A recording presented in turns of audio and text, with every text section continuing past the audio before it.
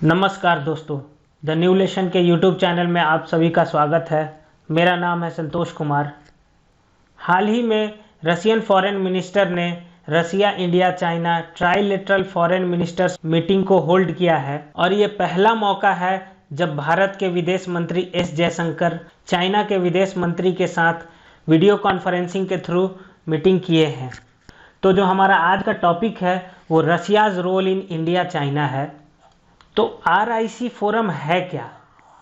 रसिया, India, China trilateral forum जो है ये 2002 में बना और इस फोरम में रसिया, इंडिया और चाइना जो है वो हर साल मीटिंग करते हैं। इस मीटिंग में जो डिस्कशन का मुद्दा होता है वो रीजनल सिक्योरिटी और एशिया पैसिफिक रीजन में क्या इश्यूज हैं, काउंटर टेरर एफर्ट्स क्या होगा इन तीनों कंट्रीज़ का, और उनका coordination eight regional and multilateral forums पे उनका कोऑर्डिनेशन के बारे में डिस्कस किया जाता है। और 23 जून को रसिया, इंडिया, चाइना का ट्राइलेटरल फॉरेन मिनिस्टर्स मीटिंग हुआ।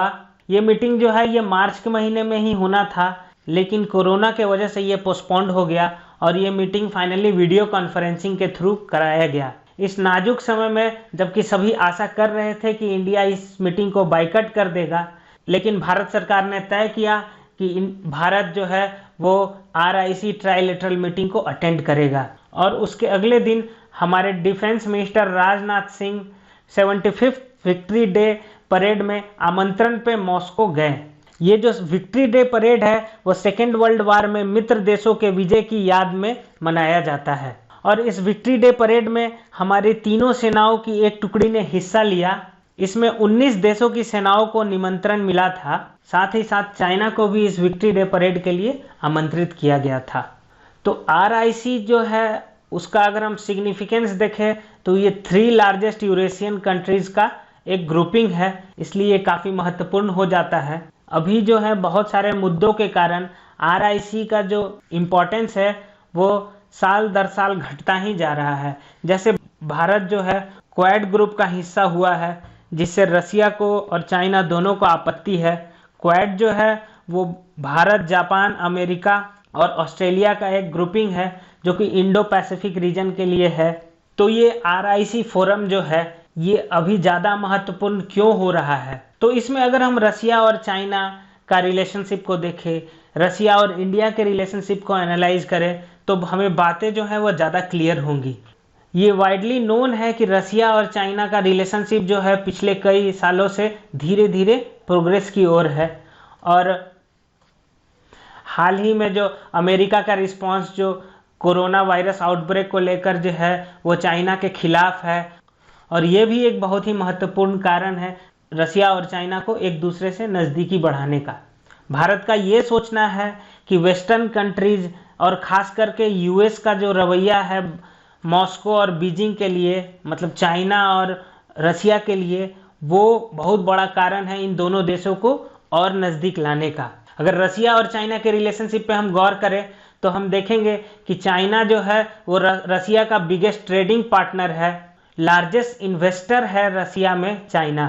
2014 में रसिया ने क्राइमिया पेनिनसुला को अपने में मिला लिया, जिसके कारण उस पर बहुत सारे हार्श सैंक्शन लागू किए गए और वो वेस्टर्न कंट्रीज से काफ़ी दूर होता चला गया।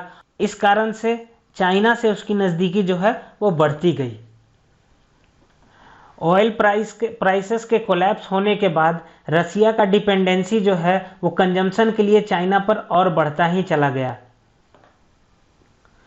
चाइना का जो मोस्ट सेंसिटिव इश्यूज है like Huawei's 5G roll out, Hong Kong और कोविड-19 पेंडेमिक, इन सबों पर रसिया ने कोई भी हार्श स्टेटमेंट नहीं दिया है।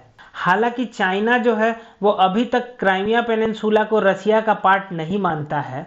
इसके बावजूद भी चाइना का जो साउथ चाइना सी पे क्लेम है उसको लेकर रसिया का जो स्टैंस है वो बिल्कुल न्यूट्रल है।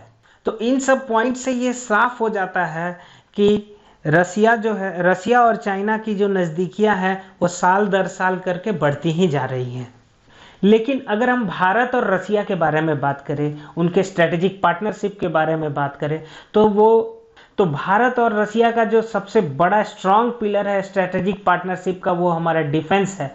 इस बार भी हमारे डिफेंस मिनिस्टर जो कि 75th victory day parade attend करने के लिए रसिया गए हुए हैं, उन्होंने S-400 ट्रायम्फ मिसाइल की डिलीवरी पर बात किया और कई रक्षा सौदों पर उन्होंने समझौता किया है।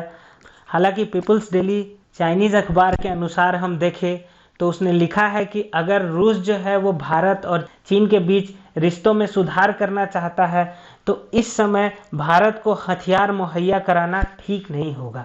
चाइना ने इस पर आपत्ति जताई है। तो हम लौटते हैं भारत और रसिया के संबंधों पे। तो एस्टिमेट्स के अनुसार हम देखें तो 60 से 70% जो इंडिया का जो सप्लाई है, डिफेंस सप्लाई है, वो रसिया से ही आता है। मैंने अभी थोड़ी देर पहले ही बताया कि इस समय भी हमारे जो डिफेंस मिनिस्टर हैं उन्होंने S-400 मिसाइल सिस्टम सप्लाई और परचेज पे डिस्कस किया है। तो भारत और चीन के रिलेशनशिप के बीच रसिया का जो पोजीशन क्या रहा है, वो पहले क्या रहा है और अभी क्या है, इसको हम एनालाइज करते हैं। अगर हम डोकलाम क्राइसिस जो कि 2017 में हुआ था भारत और चीन के बीच में, उसमें हम देखें तो रसियन डिप्लोमेट्स ही बहुत कम लोगों में थे जिसे चाइनीज़ गवर्नमेंट ने ब्रीफ किया। अगर रसिया का पोजीशन हम 1962 के वार में देखें, पर्टिकुलरली इंडिया के सपोर्ट में नहीं था। लेकिन अगर हम 1971 के वार में देखें तो हमें रसिया का फुल सपोर्ट मिला था। और 23 जनवरी को जो RIC का फॉरेन मिनिस्टर्स मीटिंग हुआ है, वो भी एक अच्छा मौका है कि भारत और चाइना दोनों के विदेश मंत्रियों के बीच एक बार फिर से वीडियो कॉन्फ्रेंसिंग के थ्रू मीटिंग हो रही है। हालांकि एजेंडे में ये साफ तौर से बता दिया गया है कि इसमें बायलैटरल रिलेशन के बीच कोई भी वार्ता नहीं होगी। तो आगे तो आने वाला वक्त ही बताएगा कि भारत और चाइना के बीच जो रिलेशनशिप है वो किस हद तक जाता है। क्या हम डिप्लोमेसी और बायलैटरल टॉक्स के थ्रू इन मुद्दों को सुलझा लेते हैं, या रसिया का जो रोल है इसमें कुछ काम आता है, या ये मुद्दा बढ़कर एक युद्ध की तरफ जाता है, जो कि हम सब जानते हैं कि युद्ध से ना तो इंडिया का फ़ायदा है। इसलिए इस मुद्दे को बायलैटरली एक दूसरे से डिप्लोमेसी चैनल के थ्रू, बातचीत के थ्रू सुलझाने की आवश्यकता है। आशा करता हूँ कि ये वीडियो आपको पसंद आया होगा। हमारे इस वीडियो को लाइक करें, हमारे चैनल को सब्सक्राइब करें और इसे ज़्यादा से ज़्यादा शेयर करें। धन्यवाद।